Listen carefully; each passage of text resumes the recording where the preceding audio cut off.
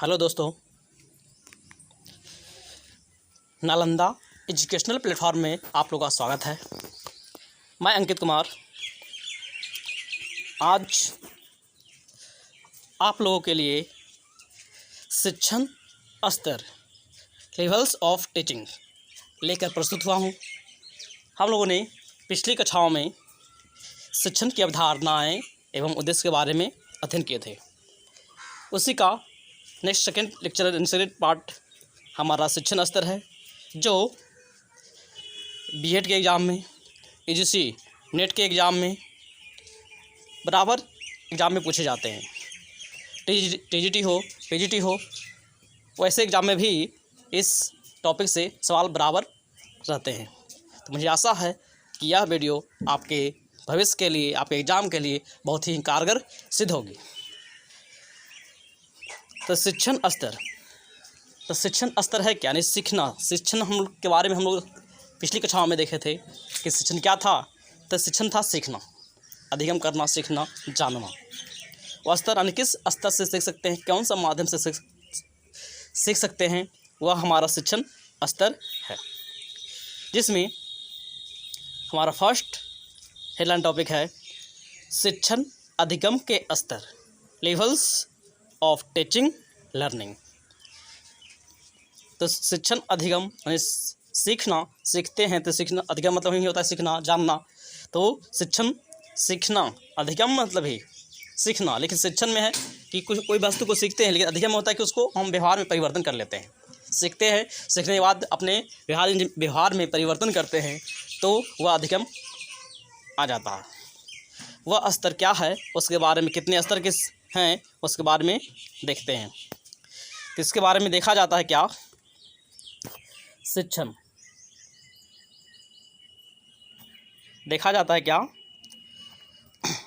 शिक्षण अधिगम में कि शिक्षण अधिगम की प्रक्रिया, शिक्षण अधिगम की प्रक्रिया प्रायः 3 मानसिक स्तरों पर, कितने? तो 3 मानसिक स्तरों पर होती है, जिसमें पहला है स्मृति स्तर। पहला क्या है? स्मृति स्तर। दूसरा है बोध स्तर। तीसरा है चिंतन स्तर। ये 3 स्तर होते हैं। स्मृति स्तर होते हैं जो याद करते हैं, यानी स्मरण में रखते हैं, जो याद करते हैं। याद करने की प्रक्रिया, जो स्मरण करने की प्रक्रिया यानी याद करने की प्रक्रिया होती है, वह स्मृति स्तर में आ जाते हैं। बोध स्तर यानी बोध मतलब समझ होता है, समझ उत्पन्न कर यानी सूझबूझ कर जानकारी प्राप्त करना, यानी जो स्तर है समझ उत्पन्न करता है, समझ उत्पन्न करने का स्तर जो होती है वह बोध स्तर होता है। चिंतन स्तर, ये हमारा क्या है? चिंतन स्तर। चिंतन स्तर में कहा जाता है क्या, स्मरण करना भी आता है, एक चिंता, किसी घटना को, परिघटना को है, उसके बारे में क्या करते हैं? विचारते हैं, सोचते हैं, वह हमारा क्या आता है? चिंतन स्तर होते हैं। क्या? तो चिंतन स्तर। इन तीनों स्तरों को जो है वह कम से कम विचार युक्त, संतोषजनक तथा अधिक विचार युक्त श्रेणियों के अंतर्गत रखा जाना चाहिए।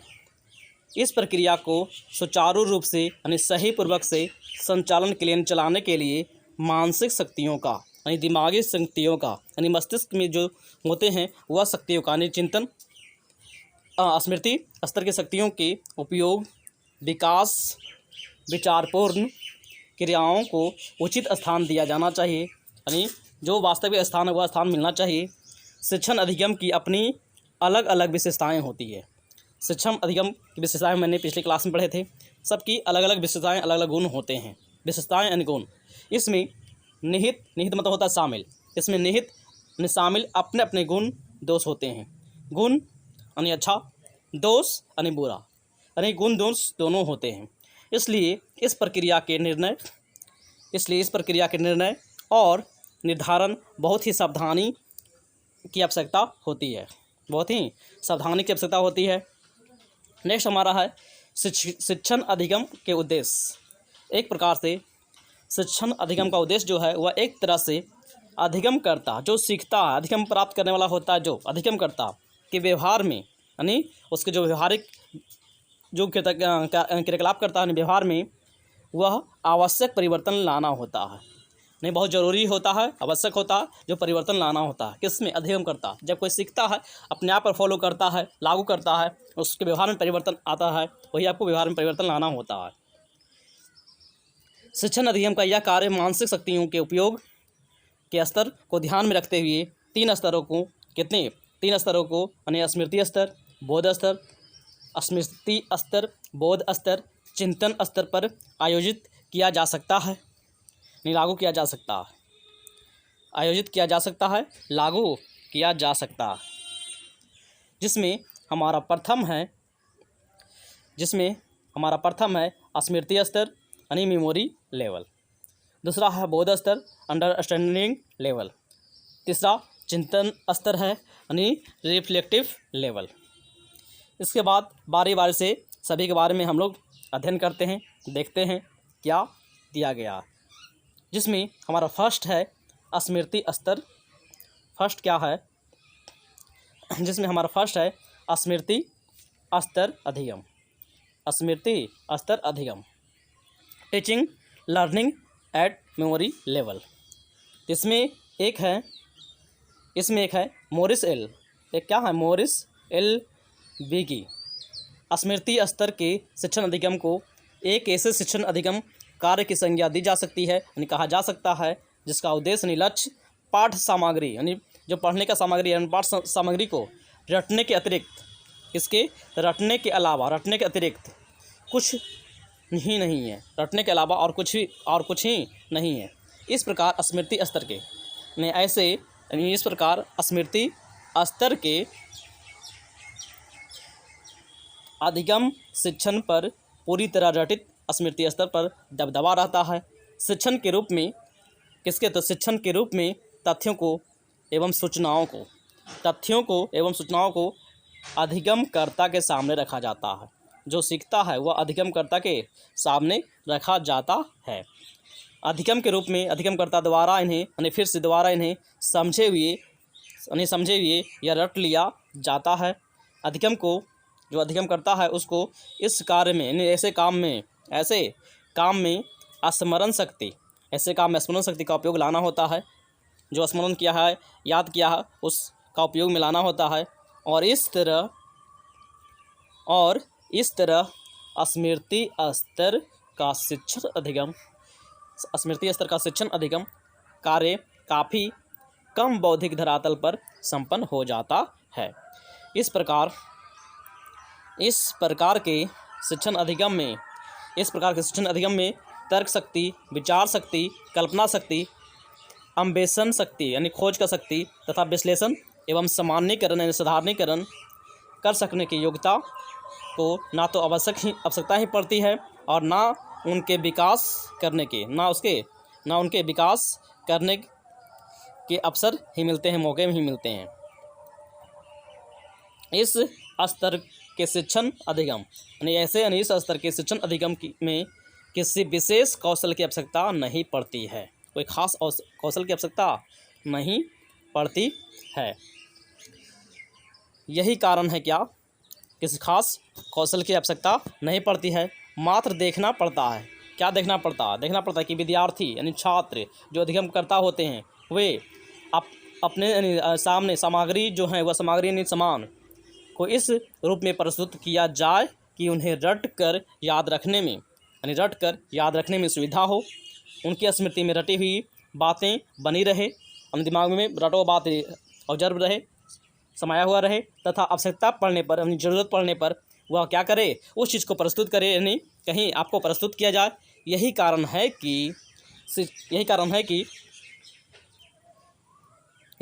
कि इस प्रकार के शिक्षण अधिगम के स्तर काफ़ी विचारहीन स्तर माना जाता है।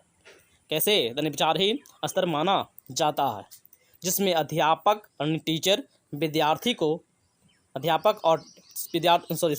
और विद्यार्थी को स्मरण शक्ति यानी याद रखने की शक्ति के अतिरिक्त इनके अलावा मानसिक शक्तियों को, दिमाग में जो ताकत है, स्मरण करने की क्षमता है, उसको बौद्धिक सूझबूझ का प्रयोग कराना पड़ता है। यानी वह रट कर नहीं, समझ बूझ कर उसका प्रयोग कराना होता है, रट कर नहीं। स्मरण शक्ति यानी स्मृति शक्ति यानी याद रखने की शक्ति का शिक्षण अधिगम सबसे निम्न स्तर माना जाता है, सबसे छोटे स्तर माना जाता है। नेक्स्ट हमारा है स्मृति स्तर के शिक्षण अधिगम की विशेषताएं। स्मृति स्तर के कैसे, तो स्मृति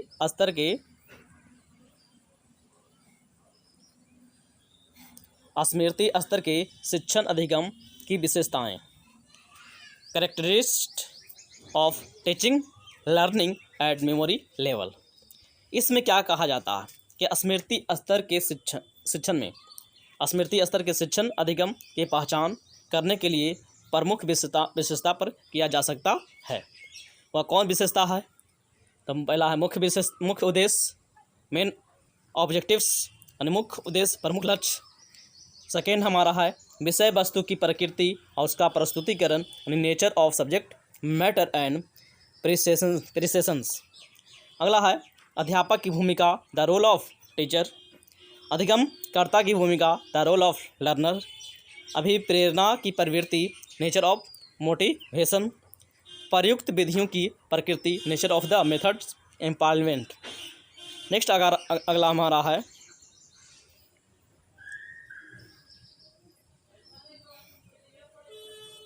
कक्षागत वातावरण यानी क्लासरूम इन्वायरमेंटल। कक्षागत वातावरण, क्लासरूम इन्वायरमेंटल।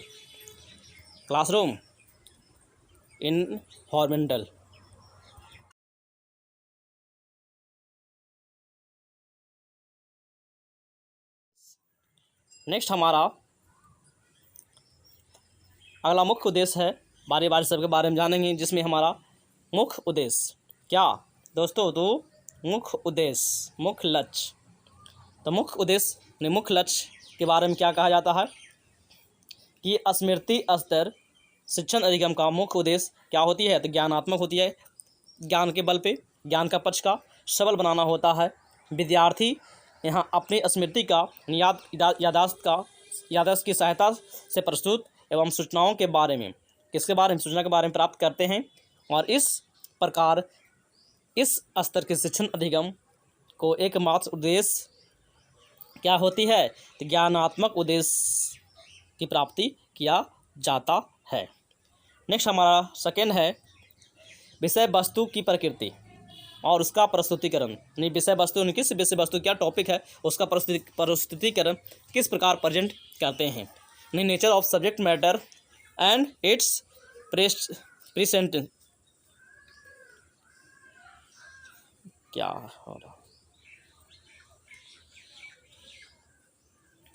नेक्स्ट हमारा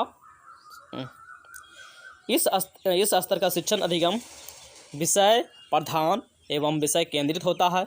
विषय सामग्री को रट कर नहीं, वांछित ज्ञान जो आवश्यकता अनुसार जो आवश्यकता है, जो लाभकारी है, वैसे ज्ञान को प्राप्त करना होता है। इसलिए यहाँ इस विषय सामग्री के उसका चयन करने में समुचित ध्यान लगाया जाता है और यह पूरी तरह से नियोजित एवं व्यवस्थित होती है। तथा इसी तरह क्या प्रस्तुत किया जाता है जो विद्यार्थियों को रट कर ज्ञान प्राप्त करने में सुविधा हो सके, आसानी हो सके। नेक्स्ट हमारा अगला है अध्यापक की भूमिका यानी टीचर का रोल। किसके? अध्यापक की भूमिका यानी टीचर का role, the role of teacher. स्मृति स्तर के शिक्षण कैसे, तो स्मृति स्तर के शिक्षण अधिगम में सभी तरह से क्या अध्यापक का दबदबा रहता है। किसमें? अध्यापक, द रोल ऑफ टीचर में विषय सामग्री के चयन यानी चुनने से लेकर करके उसका प्रस्तुतिकरण तक विद्यार्थियों द्वारा, किसके द्वारा? छात्राओं द्वारा, विद्यार्थियों द्वारा अपनी स्मृति यानी अपनी याददाश्त के आधार पर ग्रहण करवाने का सारा उत्तरदायित्व किसका होता है, तो टीचर के यानी अध्यापक के कंधों पर होता है। अध्यापक के कंधों पर होता है। उसे ही तय करना होता है कि किस प्रकार के तथ्य यानी कैसा तथ्य, कैसा टॉपिक, कैसी सूचनाएं, सिद्धांत आदि विद्यार्थियों के सामने रखा जाए तथा इसे किस प्रकार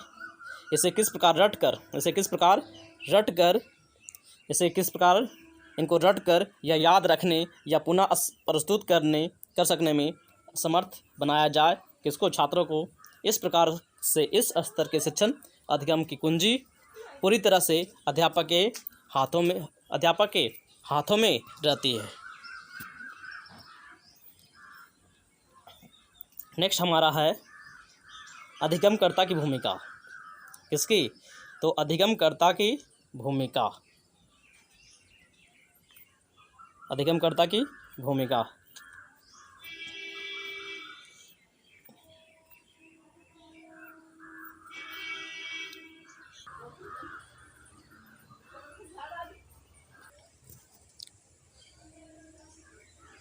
हमारा नेक्स्ट है अधिगमकर्ता की भूमिका। तो अधिगमकर्ता की भूमिका को अगर देखा जाए, the role of learner, the role of learner के बारे में, तो इसमें क्या कहा जाता है? क्या इस प्रकार के शिक्षण अधिगम में अधिगमकर्ता की भूमिका गौण रहती है, छुपी हुई रहती है। अधिगमकर्ता की भूमिका क्या रहती है? छुपी हुई रहती है, गौण रहती है। इन्हें किसी प्रकार स्वयं ज्ञान यानी खुद के ज्ञान प्राप्त करने की स्वतंत्रता नहीं होती है। ये निष्क्रिय बैठे रहते हैं, यानी चुपचाप निष्क्रिय बैठे रहते हैं। चुपचाप अध्यापक द्वारा, जो अध्यापक कहते हैं वो अध्यापक द्वारा प्रदान की गई सूचनाओं, तथ्यों, सिद्धांतों को ग्रहण करने का प्रयास करते हैं। उनका यह प्रयास भी उन्हें रट कर याद करने तक ही सीमित होता है। सोचने, समझने तथा उन पर विचार करने का कोई प्रयास उनके द्वारा, यानी छात्रों द्वारा नहीं किया जाता है, यानी अधिगमकर्ता द्वारा प्राप्त नहीं किया जाता है। यानी इसका पूरा मुख्य जो रोल होती है अधिगमकर्ता पर निर्भर करता है। नेक्स्ट हमारा अगला है अभिप्रेरणा की प्रकृति, नेचर ऑफ मोटिवेशन। तो इसमें क्या कहा जाता है कि स्मृति जो स्तर होती है वो उसके शिक्षण अधिगम बाहरी प्रेरणात्मक, जिससे अभिप्रेरणा मिलती है, यानी कुछ करने की जज्बा मिलती है। यहाँ सीखने वाला अपनी रुचि, स्वाभाविक इच्छा से सीखने का अभिप्रेरित नहीं होता है, बल्कि बाहरी कारणों से। किससे? बाहरी कारण क्या हो सकता है? वह भय हो सकती है, या डर हो सकता है। भय यानी डर, शाबाशी हो सकती है, जिसको कहते हैं प्रशंसा मिलती है, इज्जत मान सम्मान मिलती है, उससे प्राप्त करने की इच्छा होती है। उत्तीर्ण होकर यानी कहीं सफलता प्राप्त कर, यानी उत्तीर्ण होकर के अगली कक्षा में, कौन सी कक्षा में? तो अगली कक्षा में पहुंचने आदि से अभिप्रेरणा मिलती है। उससे विषय वस्तु को रटकर याद रखने का प्रयत्न भी करता है, याद करने का प्रयत्न भी किया जाता है, करता है। नेक्स्ट हमारा अगला है प्रयुक्त विधियों की प्रकृति। प्रयुक्त विधियों की प्रकृति, तो इसमें क्या है? Nature of the method employed. इसमें आपको है स्मृति स्तर के शिक्षण। स्मृति स्तर के शिक्षण अधिगम के लिए प्रयुक्त विधियों की प्रकृति विषय वस्तु केंद्रित होती है, यानी जो वस्तु होती है, विषय वस्तु जो टॉपिक होता है, प्रकरण हमारा होता है, उस पर केंद्रित होती है, तथा अध्यापक संचालित होती है, अध्यापक द्वारा लागू किया जाता, चलाया जाता है। इन विधियों के में, यानी ऐसे विधियों में अध्यापक को प्रमुख स्थान, सबसे पहले स्थान रखा गया है। विद्यार्थियों को गौण रखा गया, यानी बाद में रखा गया, यानी छुपा रूप में रखा गया। किसी प्रकार से विषय वस्तु को, किसी प्रकार से क्या? तो विषय वस्तु को विद्यार्थियों के सामने उड़ेल कर, यानी किसी विद्यार्थियों के सामने जैसे हुआ वैसे, यानी अच्छे रूप से उनके गले तक उतारने का प्रयत्न किया जाता। टीचर ऐसे करते हैं। और इस बात की तनिक भी, यानी थोड़ा भी परवाह नहीं की जाती है कि उसका अर्थ समझ भी रहे हैं या नहीं समझ रहे हैं, विद्यार्थी समझ रहे हैं अथवा नहीं समझ रहे हैं। व्यवहारिक रूप से इसका प्रयोग कर सकेंगे, यानी व्यवहार में इसका ला सकेंगे कि नहीं ला सकेंगे, इसकी तो यहाँ कोई संभावना ही नहीं रहती है। इस प्रकार इस तरह देखा जाता है क्या विद्यार्थी में व्याख्यान विधि, जिसको कहते हैं लेक्चर मेथड, व्याख्यान विधि, वर्णन विधि, पाठ्य पुस्तक विधि या निगमन विधि। एक आता है निगमन विधि और एक आता है आगमन विधि। निगमन विधि में आपको होता है, पहले आपको नियम पूर्वक आते हैं, पहले नियम सिद्धांत को बताया जाता है, उसके बाद उसकी परिभाषा को उसके बारे में बताया जाता है। आगमन विधि में होते हैं कि नहीं, पहले परिभाषा बताया जाता है, उसके बाद उसका उदाहरण एग्जाम्पल आते हैं। तो निगमन विधि आदि का उल्लेख किया जा सकता है। इससे स्पष्ट है, जानकारी मिलती है कि विधियों को द्वारा यानी प्रदत्त डाटा शिक्षण अधिगम में अंतःक्रिया यानी आंतरिक क्रिया आदि का अवसर नहीं के बराबर होता है, और छात्रों का जो छात्र होते हैं वह छात्र को पूर्ण रूप से वास्तविक रूप से निष्क्रिय कर रहना पड़ता है, निष्क्रिय तात्पर्य रहना पड़ता है। नेक्स्ट हमारा है कक्षागत वातावरण, यानी क्लासरूम का, यानी कक्षागत वातावरण, क्लासरूम एनवायरनमेंट, यानी क्लासरूम का वातावरण कैसी है।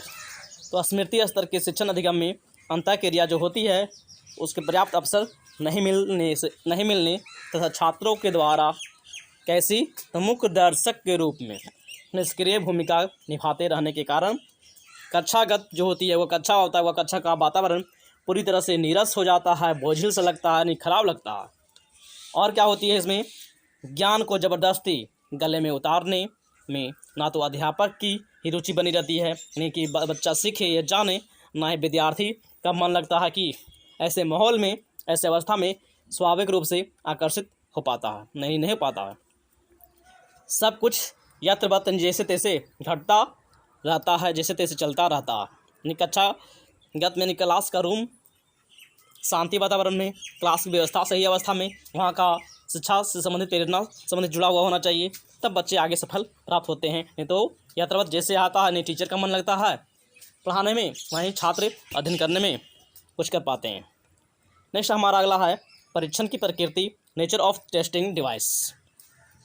इसमें क्या होता है, स्मृति स्तर के शिक्षण अधिगम के परीक्षण यानी जाँच, यानी बच्चे जो स्मृति स्तर के शिक्षण जो सीखे हैं, पढ़े हैं, कितना शिक्षण अध्ययन जो किए हैं वह अधिगम कितने उनके मस्तिष्क में है, उसकी जांच और मूल्यांकन की योजना बनाने के लिए यह विशेष ध्यान रखा जाता है। इसके द्वारा विद्यार्थियों ने अपनी स्मरण शक्ति द्वारा प्राप्त ज्ञान को, द्वारा जो ज्ञान प्राप्त किया हुआ ज्ञान को उसकी ठीक प्रकार से जांच की जा सके। इस दृष्टि से यहाँ मौखिक और लिखित परीक्षाओं का प्रयोग में लाते हुए वस्तुनिष्ठ प्रश्नों को, ऑब्जेक्टिव प्रश्नों की रचना की जाती है, जिनके माध्यम से विद्यार्थी की प्रत्यास्मरण, जो विद्यार्थी जो सीखे हैं वह कितना स्मरण है उनके मस्तिष्क में, उनकी पहचान क्षमता की जांच की जा सके।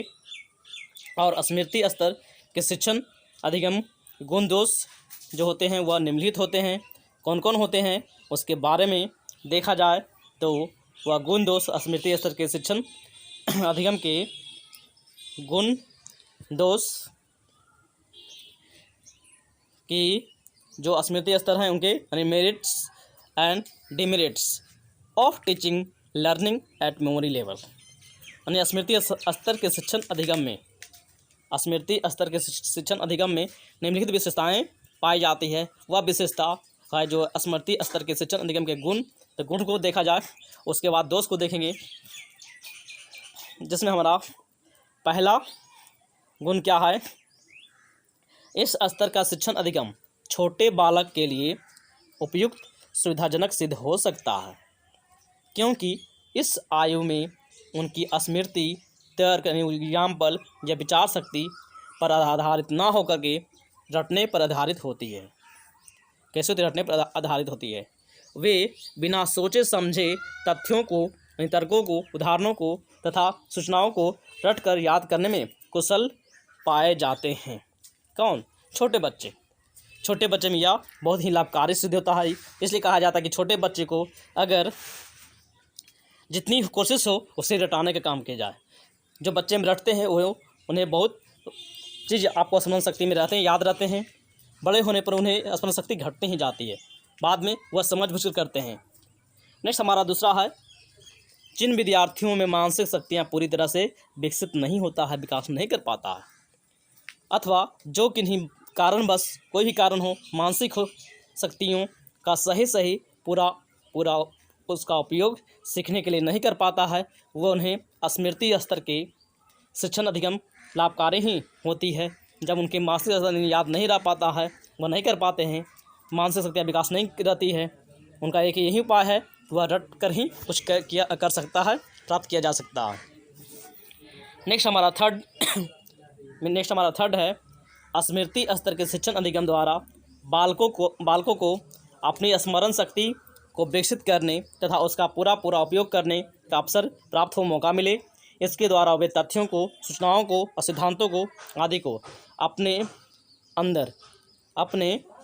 अंदर क्या करे, आत्मसात करे, यानी अपने अंदर बैठा ले, अनुकरण कर ले और आवश्यकता पड़ने पर तुरंत ही बिना कोई समय नष्ट किए, नहीं बिना कोई समय बर्बाद किए उनका पुनः फिर से प्रस्तुति करे, उसका लागू कर ले, अपना ले, उसकी आवश्यकता को पूरा करे। फिर कहा जाता है क्या, इस प्रकार से याद किया हुआ तथ्य या सिद्धांत या सामान्यकरण, नियम या सूत्र आदि उन्हें अन्य स्तरों पर, जैसे बोध स्तर यानी समझ स्तर पर, समझने के स्तर, चिंतन स्तरों पर संपन्न होने वाले शिक्षण अधिगम में काफ़ी मूल्यवान सिद्ध होते हैं, लाभकारी सिद्ध होते हैं। नेक्स्ट हमारा अगला है चौथा, स्मृति स्तर पर आयोजित शिक्षण अधिगम अध्यापक के अपने कार्य सहायक में सिद्ध हो सकता है। कैसे सिद्ध हो सकता है, तो वह स्वतंत्र ढंग से, यानी स्वतंत्रतापूर्वक स्वतंत्र ढंग से जितनी विषय वस्तु सामग्री को छात्रों के सम्मुख प्रस्तुत करना चाहता है या करता है, उसको भली भांति यानी उसी भली भांति समझने आदि में ना तो उसे कोई समय लगाना होता है और ना ही परिश्रम करना होता है। बड़े परिश्रम द्वारा द्वारा अपन अधिक पाठ्य वस्तु के विद्यार्थियों को तक पहुंचाने में स्मृति स्तर का शिक्षण अधिगम जितना सहायक होता है, जितना मदद होता है वह हो सकता है, उतना ही किसी स्तर पर आयोजित शिक्षण अधिगम नहीं होता है। नेक्स्ट हमारा अगला है स्मृति स्तर के शिक्षण अधिगम में दोष यानी कमियां यानी बुराइयां, demerits of teaching learning at memory level. तो स्मृति स्तर के शिक्षण अधिगम में निम्नलिखित दोष पाए जाते हैं। वह कौन कौन से दोष हैं? तो पहला है, इसकी सहायता से क्या हो सकते हैं, विद्यार्थी मानसिक शक्तियों जैसे सोचने विचारने की शक्ति, सामान्यकरण योग्यता, निर्णय लेने की क्षमता, विभेदीकरण की क्षमता, समस्या समाधान की क्षमता, योग्यता आदि का प्रयोग विकसित होने के अवसर प्राप्त नहीं होते हैं। और इस प्रकार शिक्षण अधिगम किसी प्रकार के सूझबूझ नितांत यानी बहुत ही जरूरी अभाव पाया जाता है, नहीं अभाव में कमियां पाई जाती है। नेक्स्ट हमारा अगला है, सीखे हुए तथ्यों को यानी तर्कों को, एग्जाम्पलों को, नियमों को, सिद्धांतों को आदि भली भांति समझने में और क्या उनका व्यवहारिक जीवन में उपयोग करने की जो दिशा होती है, इस तरह शिक्षण अधिगम उपयोगी सिद्ध नहीं हो पाता है। नेक्स्ट हमारा अगला है थर्ड, रट कर यानी याद कर जो ज्ञान प्राप्त किया जाता है उसे स्मृति में संजोए रखना मुश्किल होता है, कठिन होता है। यानी जो याद करते हैं उसे दिमाग में रखना इतना आसान नहीं है। हल्का सा भुलाने पर सारा चीज़ भुलाया जाता है। अधिकतर विद्यार्थी वह रटी हुई बातों को जल्दी भूल जाते हैं और उन्हें उद्देश्यों में असफलता मिलती है, लक्ष्य में असफलता मिलती है। याद होता है, कुछ बात बताते हैं, लास्ट में क्या हो जाते हैं, कुछ शब्द भूलते हैं तो पूरी बातें वह भूल जाते हैं। नेक्स्ट हमारा अगला है चौथा, इस प्रकार के शिक्षण अधिगम यानी दोष में इस प्रकार के शिक्षण अधिगम अध्यापक छात्र के बीच किसी प्रकार का उपयोगी अंतःप्रक्रिया अवसर प्रदान नहीं करता है। नेक्स्ट हमारा लेक्चर सेकेंड, नेक्स्ट हमारा है स्मृति लेवल, मेमोरी लेवल। इसमें क्या होते हैं, तो मुख्य प्रस्तावक जो होते हैं कौन हैं, तो फ्रेडरिच हर्बर्ट हैं। पहला चरण होता है कि तथ्यों को रटने और अभ्यास करने के लिए प्रेरित किया जाता है। स्मृति स्तर में सूझबूझ का अभाव रहती है, कमी रहती है, प्रेरणा का स्तर न्यूनतम होता है, छोटा होता है। नेक्स्ट हमारा स्मृति स्तर में जो देखा गया वही था, मुख्य प्रस्तावक कौन, तो फ्रेडरिक हर्बर्ट। पहला चरण तथ्यों को रटने अभ्यास करने में प्रेरित सूझबूझ का अभाव और अभिप्रेरणा का स्तर जो होता है वह न्यूनतम होता है। नेक्स्ट हमारा है स्मृति स्तर, जिसमें देखा जाता है स्मृति स्तर में क्या, एग्जाम्पल में संस्कृत व्याकरण, अंग्रेजी स्पोकन, इतिहास के विषय के लिए शिक्षण में सफल एवं प्रभावशाली होता है। स्मृति लेवल अक्षर ज्ञान, गिनती या पहाड़ा आदि को रटना होता है, ना कि यह चीज़ समझना होता है। नेक्स्ट हमारा है स्मृति स्तर। तो स्मृति स्तर याद रखने का स्तर जो है उसका मूल्यांकन 3 स्तर पर होता है। पहला मौखिक होती है, ओरल क्वेश्चंस। दूसरा लिखित प्रश्न होते हैं, रिटन क्वेश्चंस। अगला निबंध प्रश्न होता है, निबंधात्मक प्रश्न होता है, जिसमें ऐसे क्वेश्चंस आते हैं, ऐसे क्वेश्चंस आते हैं। नेक्स्ट हमारा लेक्चर 3 नेक्स्ट क्लास में, अगले क्लास में हम लोग देखेंगे, सीखेंगे, अध्ययन करेंगे।